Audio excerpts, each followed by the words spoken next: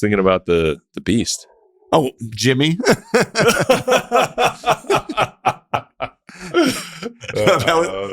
Now it's funny because now it's an annual tradition. Every year we get together with I don't know how I even got myself into this group, but it's a great group of guys that we get together and play basketball for 3 days.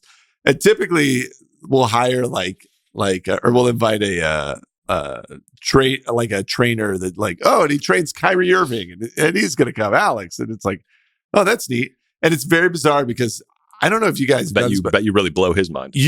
I haven't tried to be better at basketball in 25 years. I go to play and they're like, all right, run this drill. We're going to run it again. I'm like, my leg hurts now. This isn't how my body moves. I don't shift like that. I don't do lateral movements. And so we'll end up with like a bunch of, it's very nice because it's like, I make 60% of the layups I take.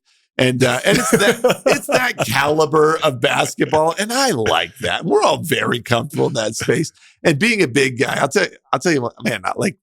I just feel very dominant against these sort of nerdy tall guys. They'll send in against me. Andrew Wilkinson. He's out there. Yeah, no. Dude, that guy, he's Canadian. He doesn't stand a chance. In the paint. He is soft in the paint. I dominated that guy.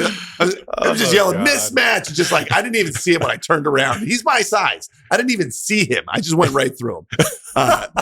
It's amazing, Al.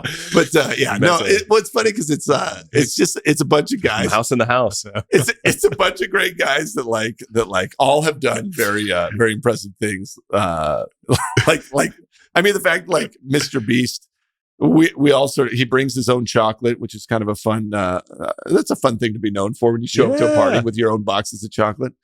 But that dude gets so zeroed in on what he's tackling. He is 1000% focused, and so it's a fun dude to chat with. And then we just go play basketball, and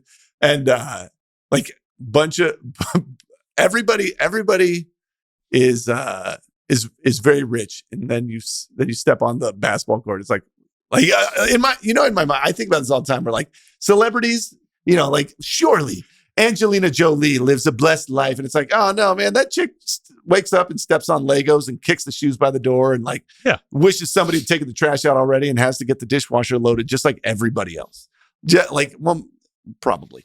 And it's nice to be reminded of that because you build people up, personas up in your mind. It turns out they're just people out there showing up, trying to do good things. And so that, yeah, I don't know how that was pertinent to all this, but I'm excited to have eaten, Jimmy's chocolate and played basketball with him, as well as a number of other people. Sean and Sam that do the My First Million guys. It's their group that puts it together. And very fun dudes, a lot of fun personalities. And it's nice to talk to people not on the podcast. See, if you guys ever meet us in person, we're not like this. This is a persona we do. Okay. If you could just get us one-on-one, we're fine. We're nice people.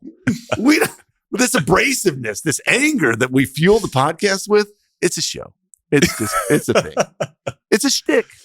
Did you, and I hate to ask, learn anything? No. Yeah. No. Oh, yeah. No. I see. You're leading me to the thing we talked about an hour ago that I completely forgot about.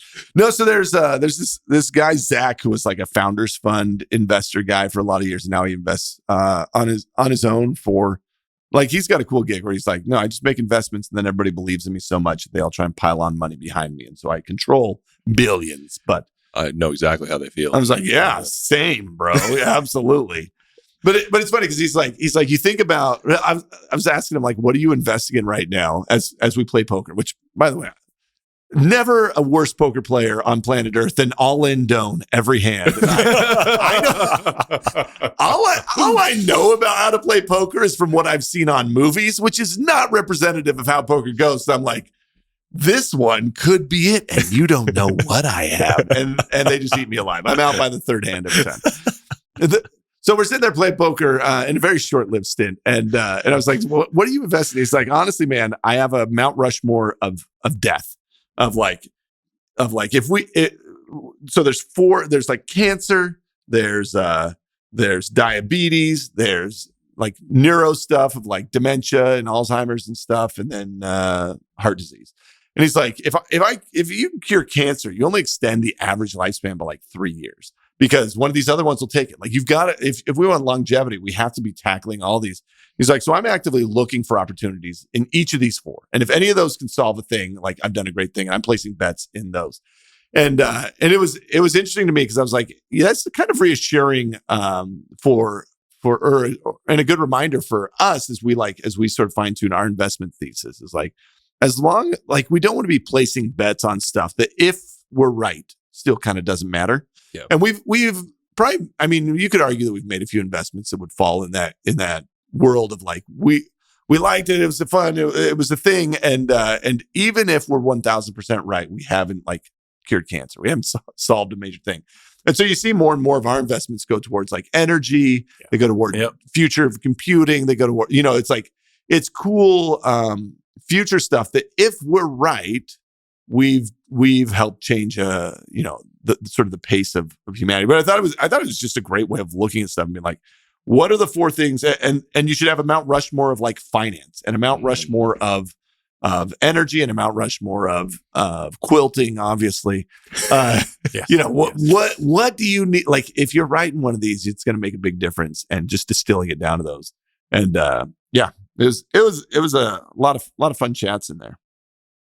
I think that is a great way to put our ever evolving thesis. Is like, thank you. Tackling ever bigger problems. Hopefully we get them early, but it's more important, I think, to find a big problem than to be early. Like we've started doing a few later investments that are like closer to 50 or 100 million valuation. They're more baked companies, but there's also like, I have no doubt that this is a large problem, a huge market. And we're well on the way to something. The difference between a $10 million and a $50 million like entry price for a 10, 50, $100 billion outcome is like not massive. Yep.